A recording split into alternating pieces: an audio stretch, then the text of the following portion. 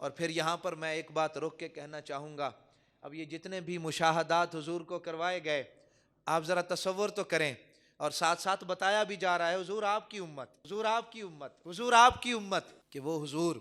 ساری زندگی جو اپنی امت کے لیے رو رو کر دعائیں مانگتے رہے، کبھی غاروں میں بیٹھ کے، کبھی مسجد میں بیٹھ کے، کبھی حرم میں بیٹھ کے، کبھی پہاڑ پہ بیٹھ کے، کبھی کہیں دعا اپنی امت کے لیے مانگ رہے ہیں کہ اے میرے پروردگار میری امت کو معاف فرما دے، میری امت کو معاف فرما دے، میری امت کو معاف فرما دے۔ آج جب حضور کو یہ مناظر دکھائے جا رہے تھے، حضور کے دل پر کیا بیت رہی تھی، ذرا تصور تو کریں۔ اور اس وقت حضور کے اس مبارک اور نازک قلب مبارک کی کیفیت کیا تھی جب یہ سارے مناظر حضور نے دیکھ، اور واپس آ کر حضور نے بتایا جب آپ واپس تشریف لائے کہ اگر یہ عمل کرو گے تو یہ سزا ہے، غیبت کرو گے تو سزا یہ ملے گی، جھوٹ بولو گے سزا یہ ملے گی۔ رکے ہیں جھوٹ سے؟ نہیں، ہم تو جھوٹ بول کر اپنا کاروبار چمکانا چاہتے ہیں، جھوٹ بول کر ہم تو کاروبار اپنا وسیع کرنا چاہتے ہیں، اور جھوٹ بول کر ہم جو ہے وہ دوسرے لوگوں کو ذلیل اور رسوا کرنا چاہتے ہیں، جھوٹ بول کر۔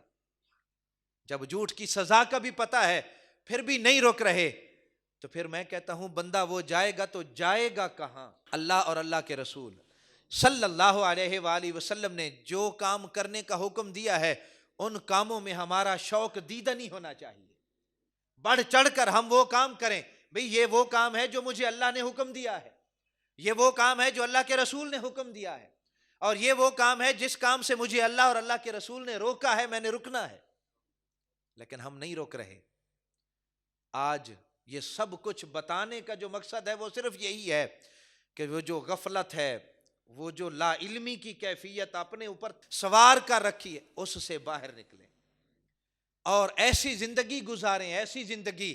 جس زندگی کے ایک ایک لمحے اور ایک ایک سانس سے اللہ اور اللہ کے رسول کی رضا نصیب ہو جائے۔ اللہ اور اللہ کے رسول صلی اللہ علیہ وآلہ وسلم